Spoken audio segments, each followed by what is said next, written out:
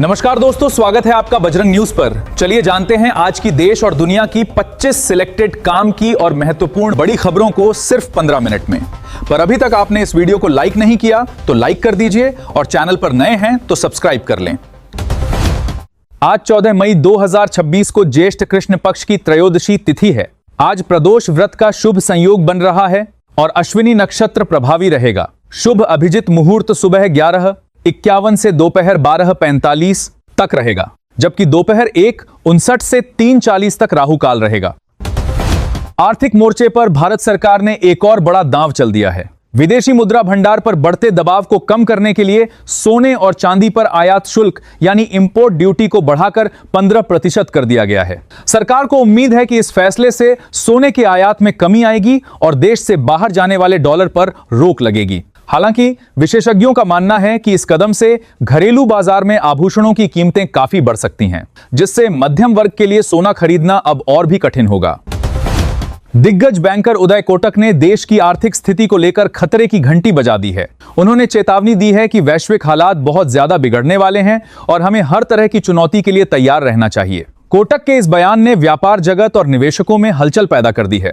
उन्होंने संकेत दिया है कि अंतर्राष्ट्रीय बाजारों में अस्थिरता और भू राजनीतिक तनाव का सीधा असर भारतीय बैंकिंग और वित्तीय व्यवस्था पर पड़ सकता है, जिसके लिए पहले से सुरक्षा कवच तैयार करना जरूरी है।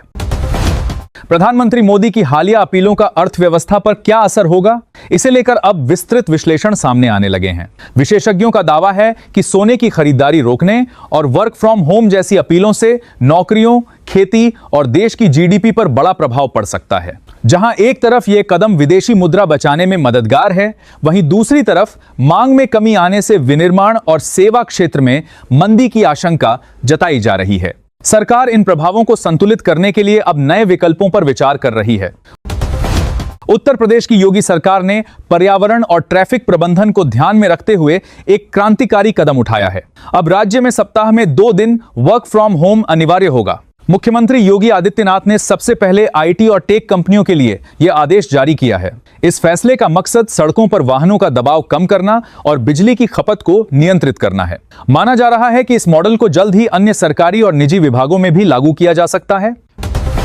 प्रधानमंत्री मोदी की सोने की बचत वाली अपील के बीच टाइटन के सीएफओ ने एक बड़ा सुझाव दिया है। उन्होंने कहा है कि भारत के मंदिरों और व्यक्तिगत लॉकरों में भारी मात्रा में सोना निष्क्रिय पड़ा है। सरकार को उस पर गंभीरता से सोचना चाहिए। सुझाव दिया गया है कि अगर इस सोने को किसी गोल्ड स्कीम के जरिए अर्थव्यवस्था की मुख्य धारा में लाया जाए तो भारत को विदेशों से सोना आयात करने की जरूरत ही नहीं पड़ेगी। यह कदम देश की आर्थिक संप्रभुता के लिए गेम चेंजर साबित हो सकता है। प्रधानमंत्री की अपील का विरोध अब सड़कों पर उतर आया है। उत्तर प्रदेश के वाराणसी यानी बनारस में सोना चांदी व्यापारी इस अपील के खिलाफ एकजुट हो गए हैं। व्यापारियों ने सड़क पर उतरकर अनोखे अंदाज में विरोध जताते हुए झालमुड़ी बनाई और उसे बेचा। उनका कहना है कि सोने की बिक्री घटने से इस कारोबार से जुड़े लाखों परिवारों के सामने भुखमरी की नौबत आ जाएगी। व्यापारियों ने सरकार से मांग की है कि वह अपनी नीतियों पर पुनर्विचार करे ताकि इस पारंपरिक व्यापार को बचाया जा सके।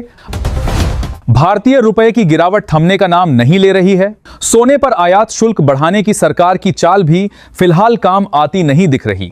डॉलर के मुकाबले रुपया अपने अब तक के सबसे निचले स्तर यानी ऑल टाइम लो पर पहुंच गया है। अंतर्राष्ट्रीय बाजार में डॉलर की मजबूती और कच्चे तेल की बढ़ती कीमतों ने भारतीय मुद्रा पर भारी दबाव बना दिया है। यदि रुपया इसी तरह गिरता रहा तो देश में महंगाई की एक नई लहर आ सकती है, जो आयातित सामानों की कीमतों को और बढ़ा देगी। NEET UG paper leak मामले में अब जांच की रफ्तार तेज हो गई है। सीबीआई की विशेष टीम एक्शन में आते ही दिल्ली स्थित नेशनल टेस्टिंग एजेंसी यानी एनटीए के मुख्यालय पहुंच गई है। जांच टीम ने वहां मौजूद अधिकारियों से घंटों पूछताछ की और कई महत्वपूर्ण दस्तावेज और डिजिटल सबूत अपने कब्जे में लिए हैं। सीबीआई इस बात की तह तक जाने की कोशिश कर रही है कि पेपर लीक का तार कहां से जुड़ा है और इसमें कौन कौन से प्रभावशाली लोग शामिल हैं। जल्द ही कुछ बड़ी गिरफ्तारियां संभव हैं। दोस्तों, आगे बढ़ने से पहले अगर खबर पसंद आए तो चैनल को सब्सक्राइब कर वीडियो को लाइक कर दें।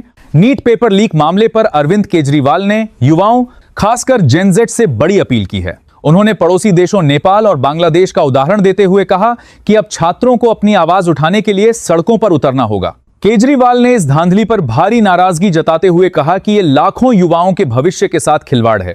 उन्होंने सरकार पर निशाना साधते हुए मांग की कि दोषियों को ऐसी सजा मिले जो मिसाल बने, ताकि दोबारा ऐसी हिम्मत कोई न कर सके।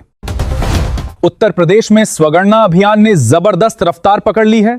डिजिटल जनगणना की दिशा में उठाए गए इस कदम के तहत अब तक 13 लाख से अधिक लोगों ने अपनी जानकारी ऑनलाइन दर्ज करा दी है। सरकार ने नागरिकों के लिए इसे बहुत आसान बनाया है, जिससे वे घर बैठे ही अपनी और अपने परिवार की जानकारी सरकारी पोर्टल पर अपलोड कर रहे हैं। प्रशासन का लक्ष्य है कि आने वाले हफ्तों में इस आंकड़े को करोड़ों तक पहुंचाया जाए, ताकि सटीक डेटा के आधार पर विकास योजनाएं तैयार की जा सकें। ग्रेटर नोएडा में भी जनगणना 2026 की तैयारियां पूरी हो चुकी हैं। आगामी 22 मई से शहर में घर घर जाकर डेटा जुटाने का काम शुरू हो जाएगा।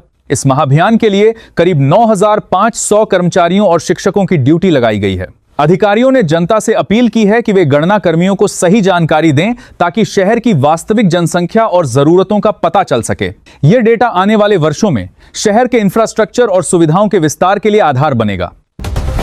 दक्षिण भारत की राजनीति से एक बड़ी खबर सामने आ रही है। सुपरस्टार से राजनेता बने थलपति विजय ने तमिलनाडु विधानसभा में अपना बहुमत साबित कर दिया है। उनकी पार्टी टीवी के तमिलगा वेट्टी कड़गम को सदन में व्यापक समर्थन मिला है। इस जीत के साथ ही विजय ने तमिलनाडु की सत्ता में अपनी पकड़ मजबूत कर ली है। उनके समर्थकों में भारी उत्साह है और इसे द्रविड़ राजनीति के एक नए युग की शुरुआत माना जा रहा है। अब सबकी नजरें उनके पहले बड़े नीतिगत फैसलों पर टिकी हैं। हालिया चुनावी शिकस्त के बाद पश्चिम बंगाल की मुख्यमंत्री ममता बनर्जी ने अपनी भावनाओं को शब्दों के जरिए व्यक्त किया है। उन्होंने अकेले आए थे, अकेले ही जाना होगा शीर्षक से एक भावुक कविता लिखी है। इस कविता के जरिए उन्होंने संघर्ष और हार जीत के चक्र को दर्शाया है। इस संदेश ने टीएमसी कार्यकर्ताओं में एक नया जोश भर दिया है। ममता ने संकेत दिया है कि वे इस हार से टूटने वाली नहीं हैं और जल्द ही एक नई रणनीति के साथ जनता के बीच लौटेंगी। देश भर में तेल कंपनियों ने पेट्रोल, डीजल और रसोई गैस के नए रेट जारी कर दिए हैं। दिल्ली से लेकर पटना तक कीमतों में कुछ बदलाव देखे गए हैं, जिन्हें आप ऑनलाइन चेक कर सकते हैं। अंतर्राष्ट्रीय बाजार में उतार चढ़ाव के कारण स्थानीय स्तर पर वैट और अन्य करों की वजह से हर शहर में दाम अलग अलग हैं। उपभोक्ताओं को सलाह दी गई है कि वे अपनी टंकी फुल कराने से पहले आज की ताजा दरों की जानकारी ले लें, ताकि उनके बजट पर कोई अनचाहा असर न पड़े। आज सराफा बाजार खुलते ही कीमतों में जबरदस्त तेजी देखी गई है। चांदी की कीमत में 18 की ऐतिहासिक उछाल आई है। वहीं सोने का दाम भी 9 प्रति 10 ग्राम तक उछल गया है। बाजार विशेषज्ञों का कहना है कि वैश्विक आर्थिक अस्थिरता और डॉलर के मुकाबले रुपए के कमजोर होने की वजह से निवेशकों ने सोने चांदी की तरफ रुख किया है। इस तेजी ने आम खरीदारों को चिंता में डाल दिया है, खासकर उन परिवारों को जिनके घर में शादियां नजदीक हैं। बिहार के लिए एक चौंकाने वाली खबर है।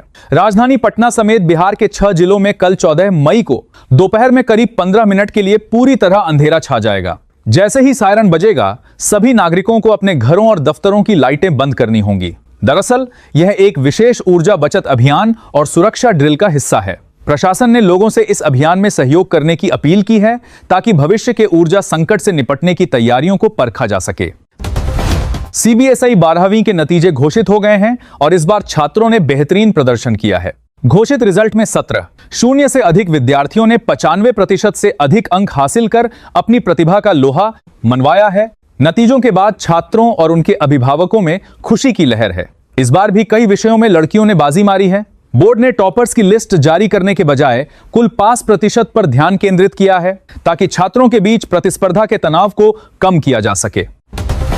बिहार के मुख्यमंत्री सम्राट चौधरी ने प्राइवेट स्कूलों की मनमानी के खिलाफ कड़ा रुख अपनाया है। उन्होंने साफ चेतावनी दी है कि कॉपी, किताब, भारी फीस और यूनिफॉर्म को लेकर स्कूलों की अब एक नहीं चलेगी। सरकार जल्द ही एक नई गाइडलाइन जारी करने वाली है, जिसके तहत स्कूलों को अपनी फीस संरचना और ड्रेस कोड में पारदर्शिता लानी होगी। यदि कोई स्कूल अभिभावकों पर दबाव बनाता पाया गया, तो उसका लाइसेंस रद्द करने और भारी जुर्माना लगाने की कार्रवाई की जाएगी।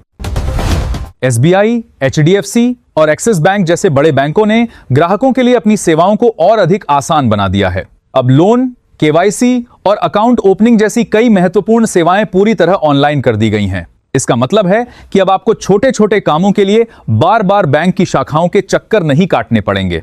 बैंकों ने अपने मोबाइल ऐप्स को भी अपडेट किया है ताकि ग्राहकों को घर बैठे ही सुरक्षित और तेज बैंकिंग अनुभव मिल सके। यह डिजिटल इंडिया की दिशा में एक बड़ा कदम है।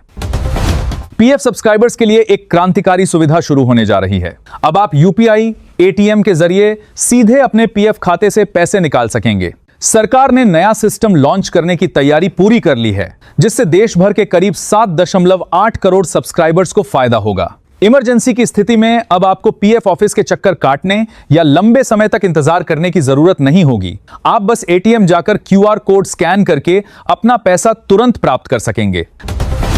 तो ये थी अब तक की बड़ी सिलेक्टेड और काम की खबरें। इसी प्रकार की रोज की खबरों के लिए जुड़े रहें हमारे साथ, और चैनल पे नए हैं तो सब्सक्राइब कर वीडियो को लाइक कर दे। धन्यवाद।